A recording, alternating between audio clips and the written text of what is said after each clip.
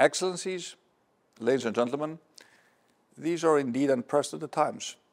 A war in Europe, a global health emergency, the climate crisis, mass migration, the rise of disinformation. In our ever-changing and increasingly unpredictable world, there are few certainties.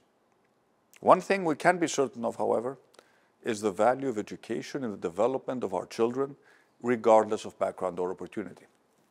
Which is why the implementation of the UN Sustainable Development Goal 4 to ensure inclusive and equitable quality education for all is today as important as it has ever been.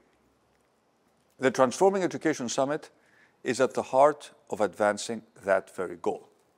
And I'm delighted to have the opportunity to participate in the summit today. Transforming education has been a central pillar of my government's policy agenda over the last 3 years, a fact highlighted by our participation in the summit's advisory committee. Greece's Ministry of Education is driving a comprehensive set of reforms that aim to provide future generations with the tools they need to thrive in the years ahead.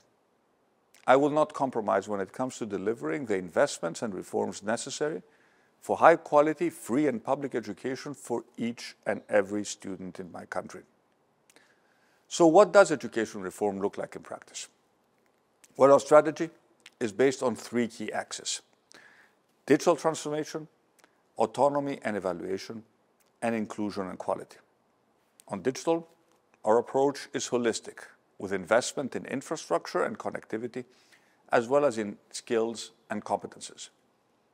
The pandemic proved a catalyst for the advancement of digital in education, but it also highlighted inequalities and digital divides. In response, we're making quality digital education resources available to each and every student and teacher, an objective which Greece has systematically taken forward as co-lead for Action Track 4 of the summit. In addition, I'm totally committed to the ideal that our schools and educators work best when they have the freedom to take their own decisions in the best interests of their students. Which is why we are empowering teachers and granting schools ever greater autonomy. Of course, we must have in place robust mechanisms for evaluation and quality assurance while providing teachers, schools, and the education system as a whole with the tools to monitor progress and chart pathways for further improvement.